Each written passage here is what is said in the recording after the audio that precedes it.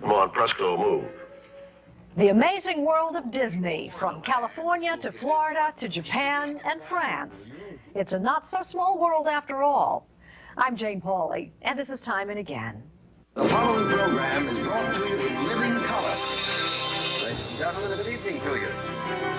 This is Lowell Thomas in New York. The Beatles emerged on And go, my fellow Americans! I'm Chet Utley, your host on... We have 73 television cameras on me today, girl. President Nixon is actively... One small step for man.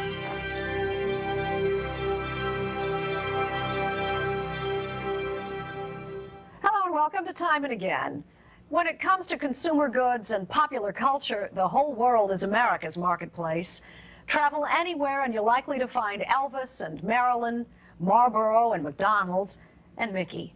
Mickey Mouse, that is, along with Donald, Goofy, and the rest of the gang at Disney. An entertainment juggernaut that began with a mouse all the way back in 1928. Mickey Mouse was created by Walt Disney himself, who went on to build an empire that is now global in reach, with movies, television, merchandise, real estate, and theme parks that are among the most popular attractions on Earth. Tens of millions of people each year visit Disneyland, Disney World, and the Disney parks in Japan and France. Tonight on Time and Again, we'll pay a visit ourselves. Let's start at Disney World, which opened near Orlando, Florida on October 1st, 1971, and's been packing them in ever since. NBC's Jay Barbary had a look at Disney World when it was still under construction, 7 months before opening day. Florida's tourist trade will get a boost in 10 months with the opening of the first phase of Walt Disney World near Orlando. The $300 million venture is called the largest non-governmental project ever undertaken and will include a theme park similar to California's Disneyland, plus a 2,500-acre resort area. For the tourists expected from across the country, this nearly completed train station will have departures to championship golf courses, lakes, resort hotels, camping, and recreational facilities of every kind. When completed, the town square will shine with gas lights, and on its streets there will be horse-drawn carriages and honest-to-John motor cars from 1910. The hub of the new Disney World will be Cinderella's castle. Here, it looks more like a stack of raw lumber, but soon its stone archways and its drawbridge will be the main entrance to Fantasyland. And for those children with grit and tough hearts, there will be the haunted house. Our cameraman refused to get too close. For those who like the water, workmen are building the steamboat Osceola. It will churn through freshwater lakes, and when it's time to rest, an ultra-modern monorail will take you to the lobby of the largest of 5 resort hotels in the vacation kingdom. Jay Barbary, NBC News, waiting vacation at Florida's Disney World. That was late February 1971. That October, Walt Disney's dream was a reality. Here's how things went on opening day. Opening day drew about 10,000 visitors to Disney World. Not a very large crowd, possibly because the children are still in school. But an estimated 10 million visitors are expected this next year. How much will they spend? Well, that depends upon where they come from. If, as Disney World expects, an average of 30% of attendance in the next 10 years comes from out of state, it's assumed there will be added during that period $3.9 billion to the state's economy. Unlike Disneyland in Anaheim, California, which encompasses only 200 acres, Florida's Disney World occupies 27,500 acres, providing a vast buffer zone around the amusement park itself, removed as much as possible from outside promoters and developers. But just outside the site, they are coming in. After all, the huge amusement park is expected to develop a need for 27,000 new hotel or motel rooms and 37,000 new residential units, all of which has meant a gigantic land boom in and around what was once the sleepy town of Kissimmee and along surrounding highways. For sale signs are up all over, and a few old-timers have made fortunes. What once sold for about $185 an acre is going now for, well, as an extreme, some commercial interests have paid up to $300,000 an acre for choice locations near the park. With such rapid expansion, there will of course be problems, such as with public services. Also, some ecologists are concerned, especially about automobile fumes. But vitally interested also are other Florida tourist areas, seemingly well removed from Disney World. Cape Kennedy and Cocoa Beach, 60 miles to the east, and even Miami Beach, a 6-hour drive to the south.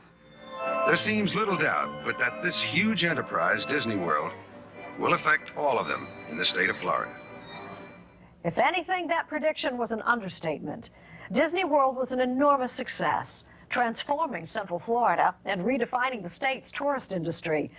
On October 1st, 1981, 10 years after the opening day, NBC News revisited the Magic Kingdom.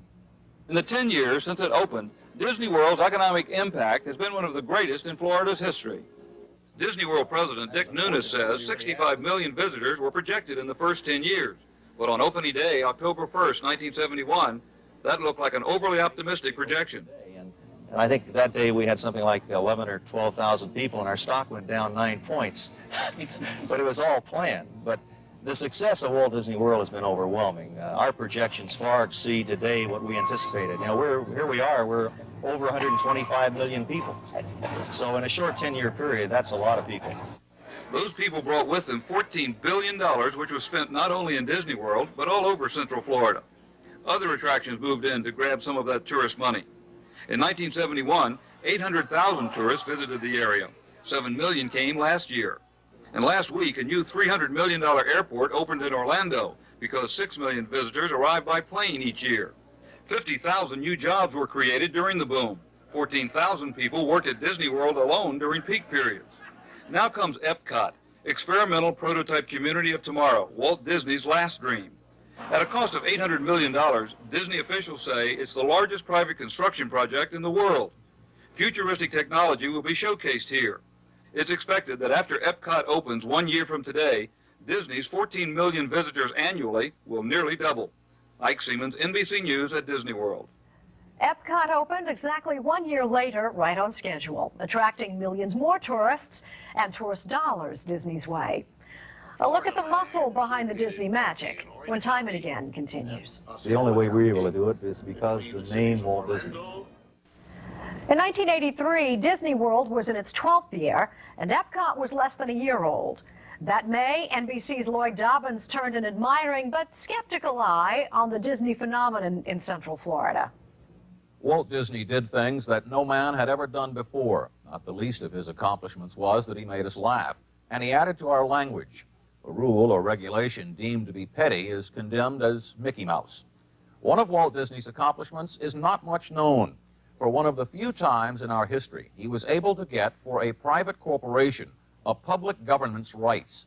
He did it because he was convinced it would be better. But better is a relative word, and what is better for one person may be much worse for another.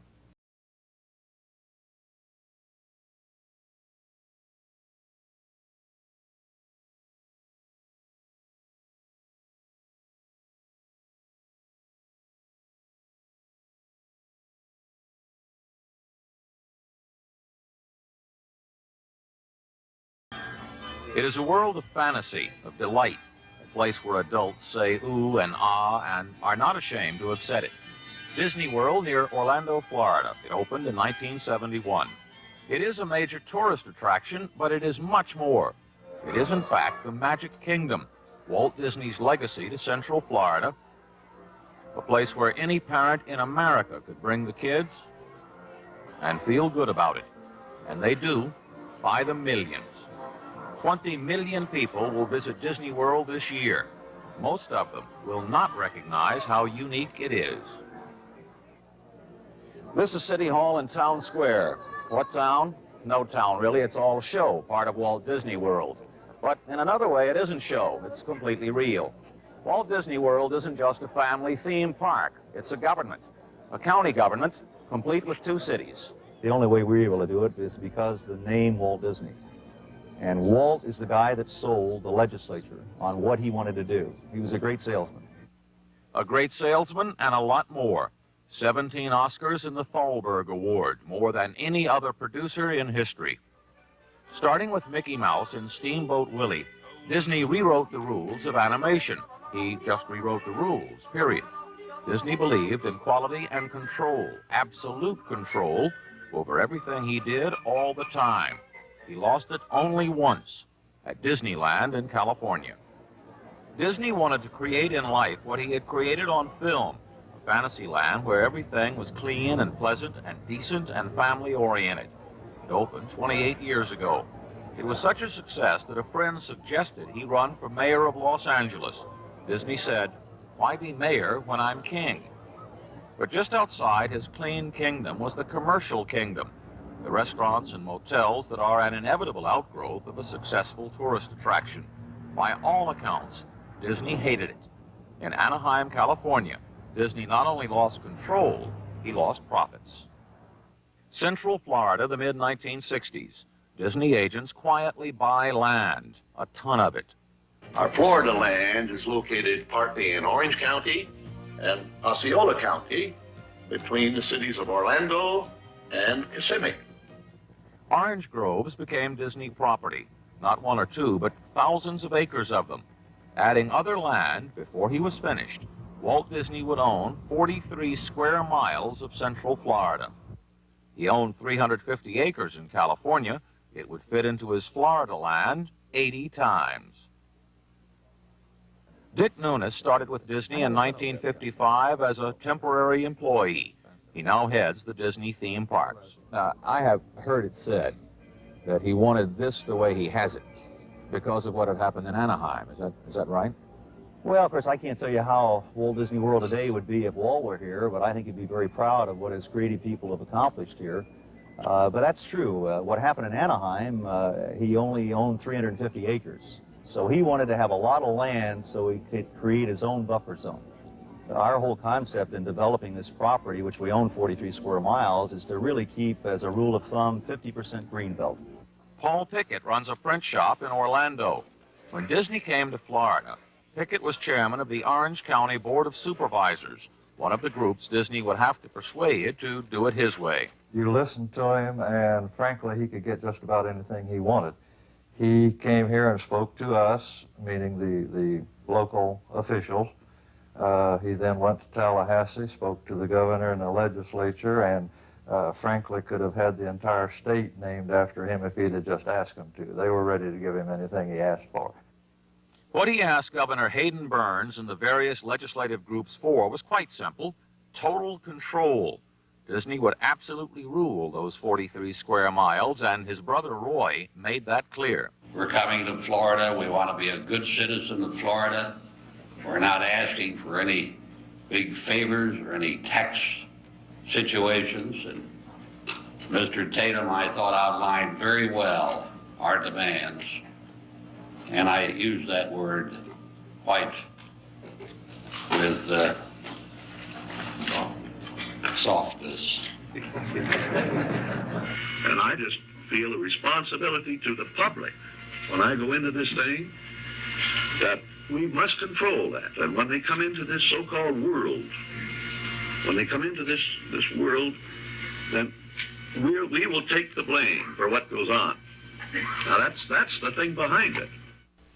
They didn't call it Disney World for nothing. Disney's Central Florida empire is much more than an amusement park. It's almost like a sovereign nation, as NBC's Lloyd Dobbins discovered in 1983.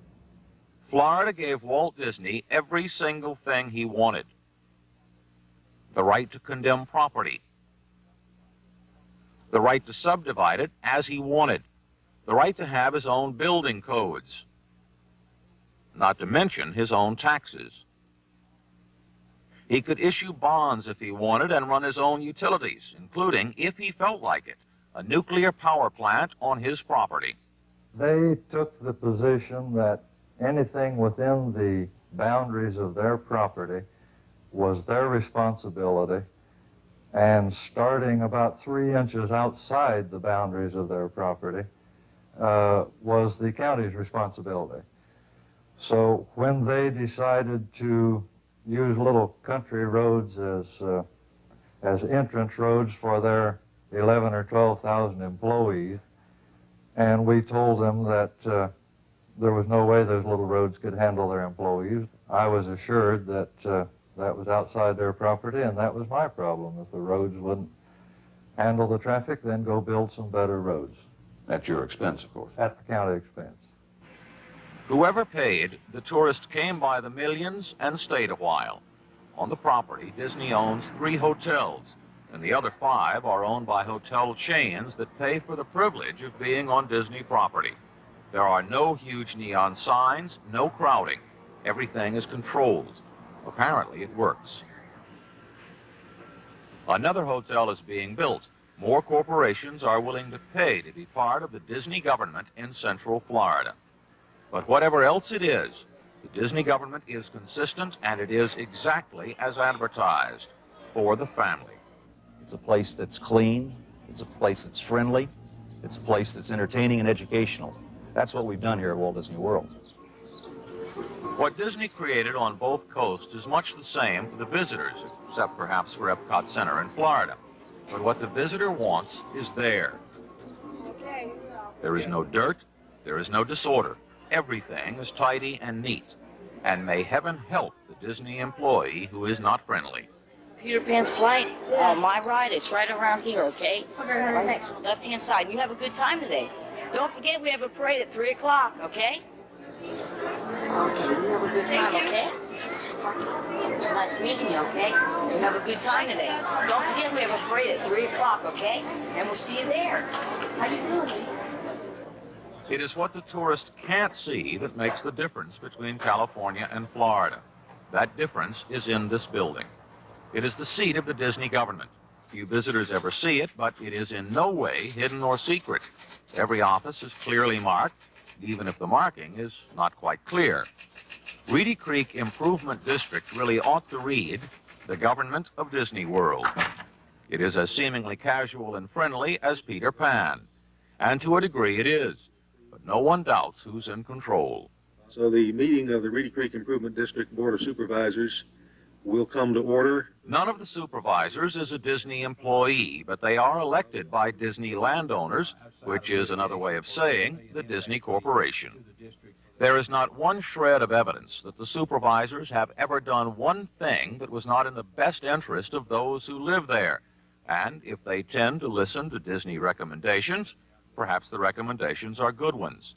It is undeniable that what Disney runs well. And that includes its own police force, both uniformed and plain clothes, who, if nothing else, really know how to hide. The truth is that Disney World has the best of everything, from fire engines to public utilities. But for what Disney provides, Disney taxes. All corporations that exhibit on Disney property pay for it, and they do not seem to mind. After all, since Disney World opened, at least 150 million people have been here, and that's more than half the population of the United States. Theodore Roosevelt said a lot about government. He said, the object of government is the welfare of the people. Then 3 years later he said, but there is absolutely nothing to be said for government by men very powerful in certain lines and gifted with the money touch. By one of his standards, the Duchy of Disney is good government, and by the other, it is no government at all. Don't go away, Mouseketeers. When we come back, we'll pay a visit to the original Disneyland in Anaheim, California, and look in on Tokyo Disneyland and Disneyland Paris. We'll look at the ill-fated plan for a Virginia theme park and remember the mouse who started it all. When Time and Again continues.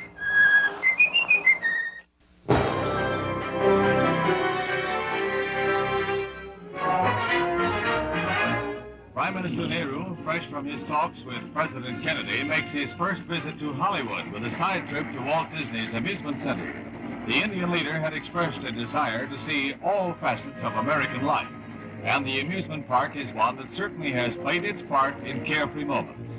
The Prime Minister is on a 10-day tour of the country and celebrates his 72nd birthday, exploring with childlike fascination the world's amusement capital. His trip to the park precedes a day on a typical Hollywood movie set.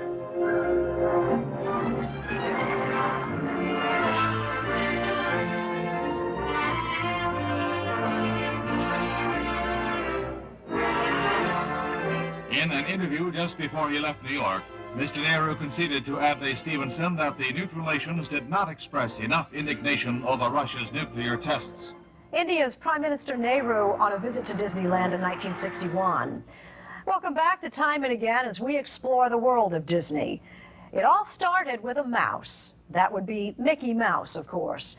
Dreamed up by Walt himself back in 1928. Walt Disney never stopped dreaming. In 1955, after conquering movies, television, music, and marketing, Disney unveiled his first theme park, Disneyland. In 1995, The Today Show took note of Disneyland's 40th anniversary. It may be hard to believe, but the theme park that set the standard for all others is now officially middle-aged. Disneyland celebrates its 40th birthday today. Our man in Hollywood, Jim Brown, traveled to Anaheim, California to see just how Walt Disney's dream became a reality.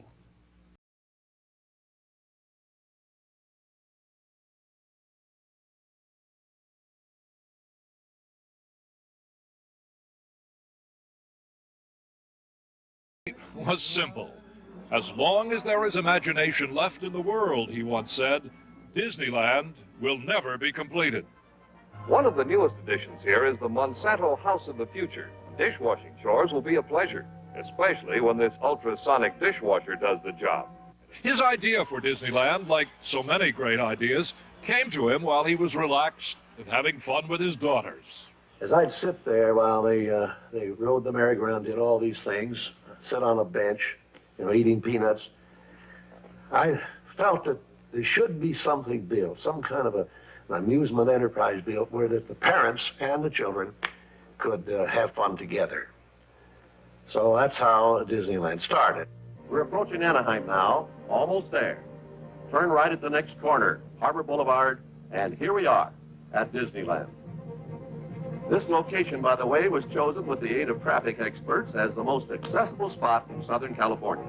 Walt was hands-on during all phases of the park's construction, and on July 17, 1955, at 1:35 in the afternoon, his dream became a reality.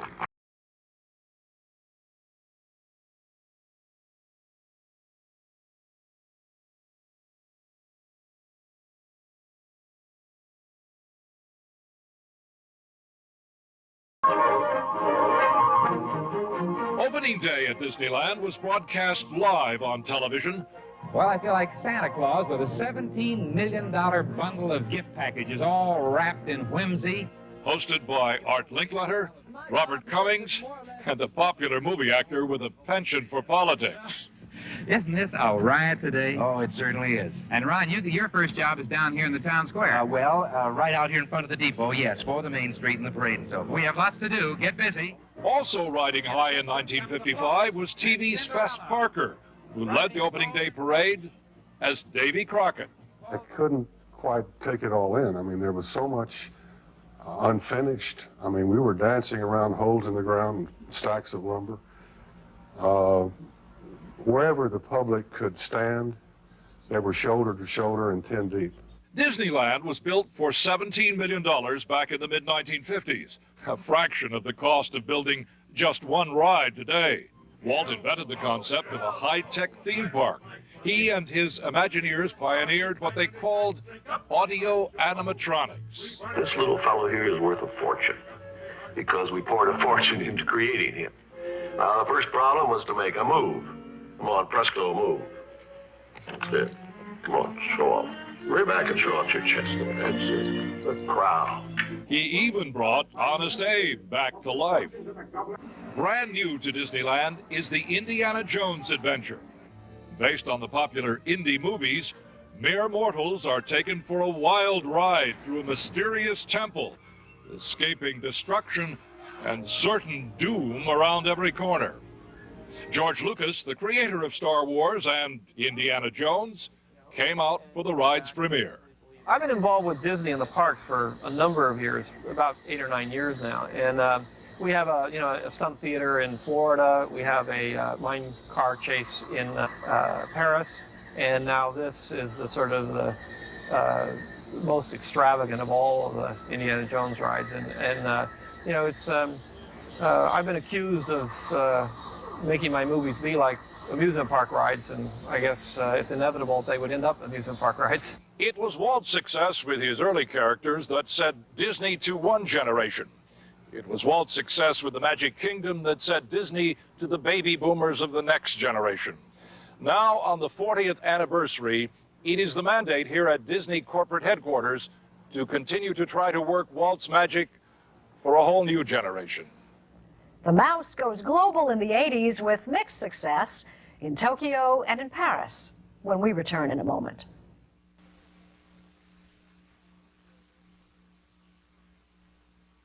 Turnabout is fair play. The Japanese, who have been so successful in selling their genius to us, now are spending their money on a certified example of American genius, Disneyland.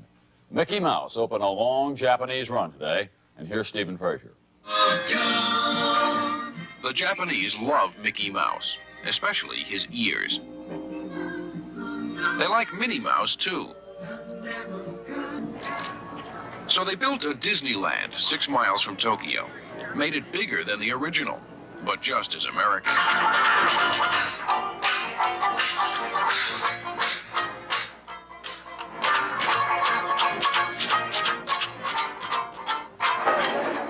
And American food only. And canoe trips to Huck Finn's Island. What part do you like? Space Mountain. Space Mountain.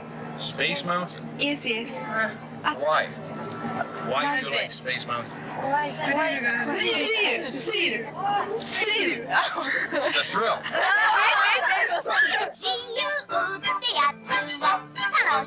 Pinocchio sings in Japanese now, and it's a hit. More than 2 million people bought tickets before opening day, which turned out to be a rainy day. Even the emperor is planning to come here. And the only question now is, with all the Japanese here, who will go to Anaheim? Stephen Frazier, NBC News, Tokyo. Tokyo Disneyland, which is actually owned not by Disney, but by a Japanese company which pays royalties to Disney. It's been a huge success from the start, among the most popular theme parks in the world. But Disney's Paris theme park has been another story. Mickey Mouse with a taste for pâté and a really good Bordeaux. Monsieur Mickey is moving to France. As our chief Paris correspondent Jim Bitterman tells us tonight, this is one American the French seem willing to welcome. Can anyone stop this mouse? Certainly no one is more suspicious than the French about invading American culture, yet Mickey, as he's known here, and the Disney empire behind him were being applauded in all corners of the nation today. He and reports of the new Disneyland led the television newscasts and prompted normally serious government ministers to engage in conversation with a silently grinning mouse. A mouse whose animators will raise a magical kingdom on 4,000 acres of farmland 20 miles east of Paris.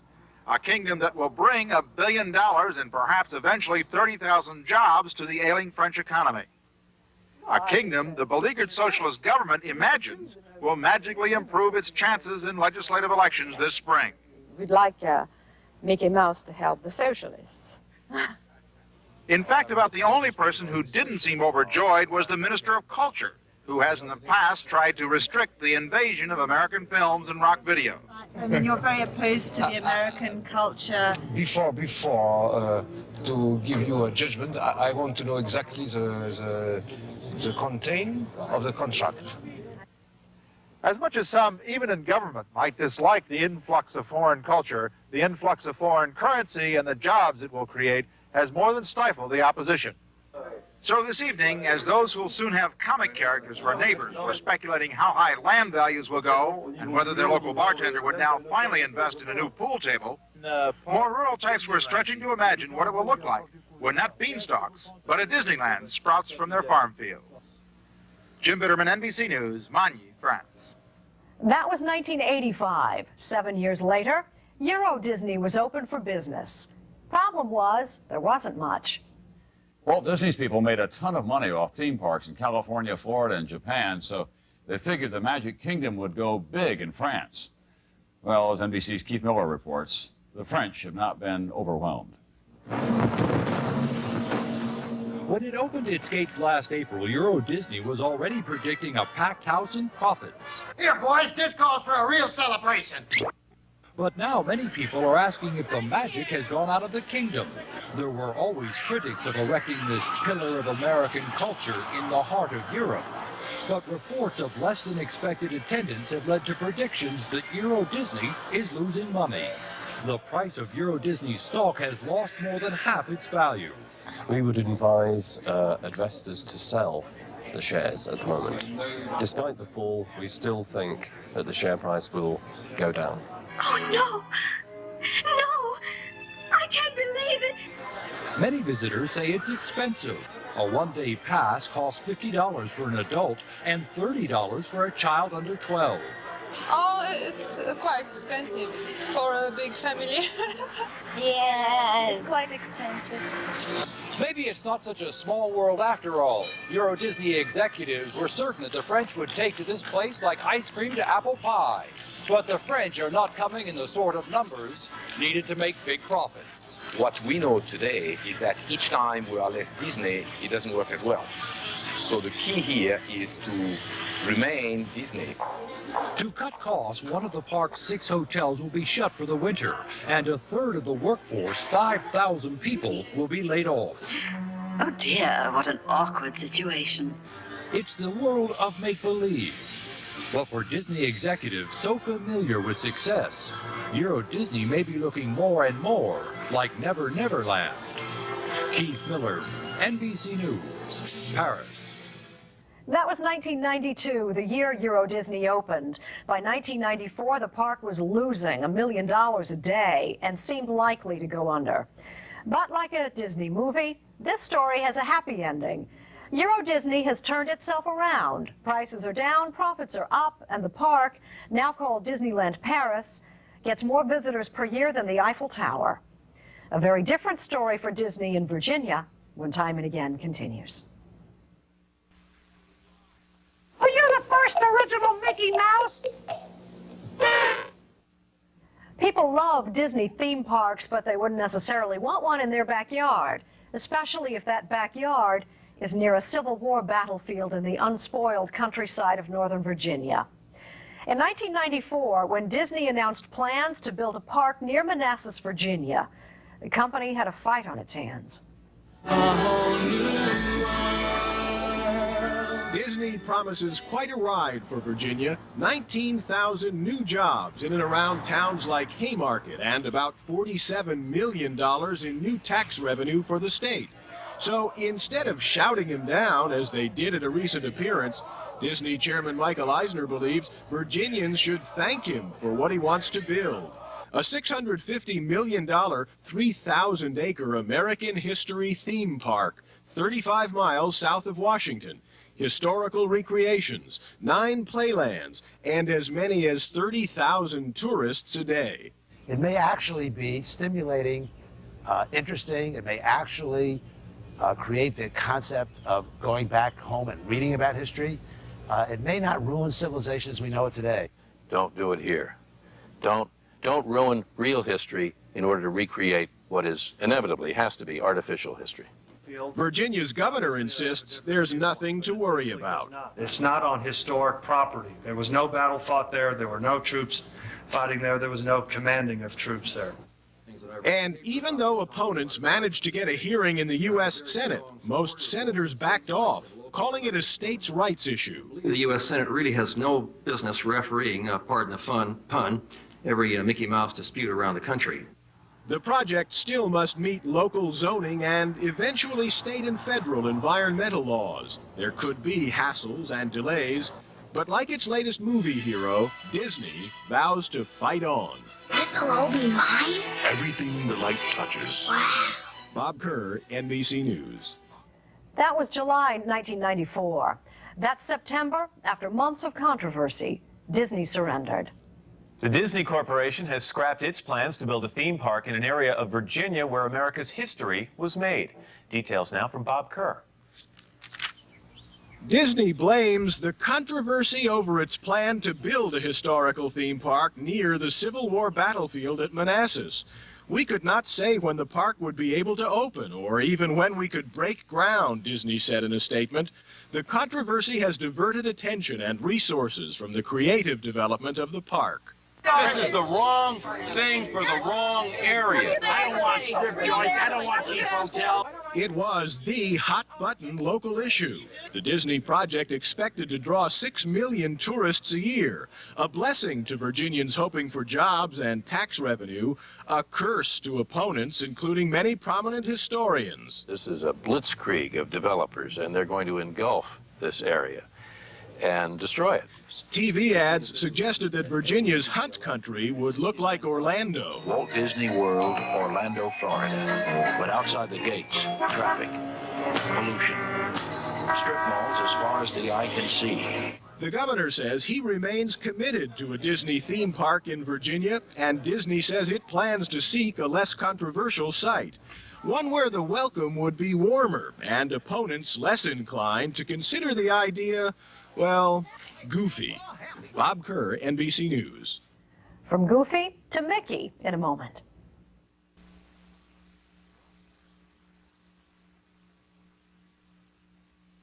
In Washington, the President of the United States did not put on Mickey Mouse ears, but others did at a White House party for Amy and local school children observing the 50th anniversary of Walt Disney's most famous character. Somebody, unnamed, wearing a mouse suit and ears, was there dancing with the children and passing out birthday cake.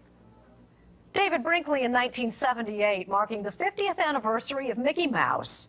Mickey's still going strong, of course. NBC's Gene Shalit offered this appreciation in 1991. In the history of movies, nobody has been a bigger cheese than the skinny-legged mouse with 8 fingers, an elliptical nose, and velvet shorts. Mickey Mouse is 63 this year, but he remains perpetually little boyish. Mickey is said to have been born in 1927 on a train during a brainstorm when Walt Disney was traveling to Los Angeles. Disney called him Mortimer, but Mrs. Disney said that Mortimer sounded much too stuffy. So Mickey it was. Historians agree that Mickey was originally designed and single-handedly animated by a Dutch artist named Oop Iwerks, Disney's one-time partner. Since Mickey wasn't very tall, he made his debut in shorts. That first cartoon, Steamboat Willie, in sound, electrified audiences on November 18, 1928, the birth of the mouse we now know.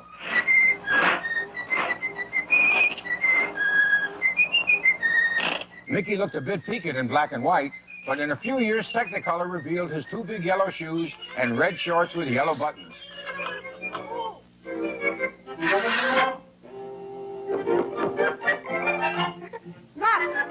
His appearance has changed over the years. Here's Mickey in 1938, and this is how he looked 50 years later in 1988.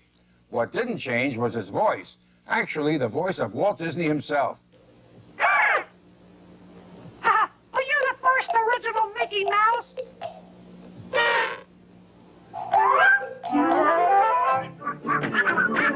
In the 1930s, Mickey was joined by Donald Duck and Goofy in color cartoons that were a sensation.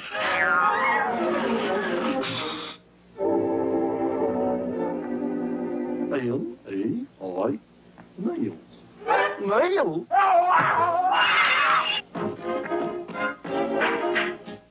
He was even dancing like Fred Astaire.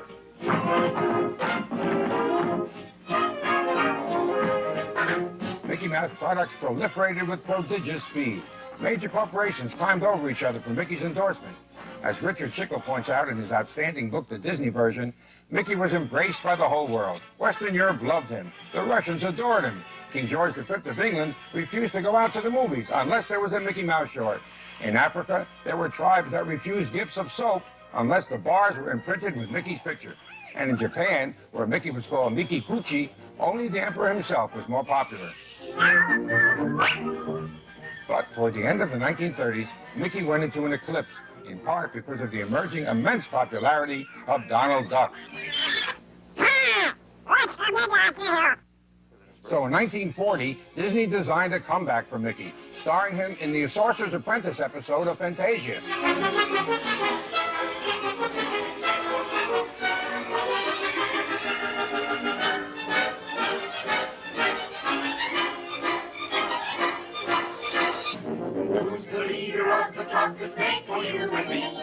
When television arrived, a new generation of children discovered Mickey through the Mickey Mouse Club and the Mouseketeers.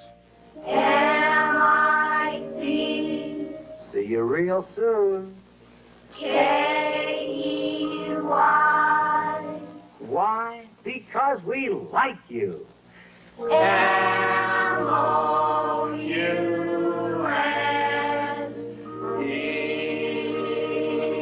And now children can meet and greet Mickey in person, or in Mouse, at Disney World or Disneyland. Although largely retired from the movies, Mickey Mouse today remains a show business colossus, a corporate symbol, a financial giant who's come a long way from that squeaky-voiced little character who first captivated the world more than half a century ago. I only hope that we never lose sight of one thing, that it was all started by a mouse. Started by a mouse who is now an old-timer, but who remains among the most recognized and best-loved figures in the world, imaginary or not. That's time and again for now. Thanks for joining us. I'm Jane Pauley, and we're history.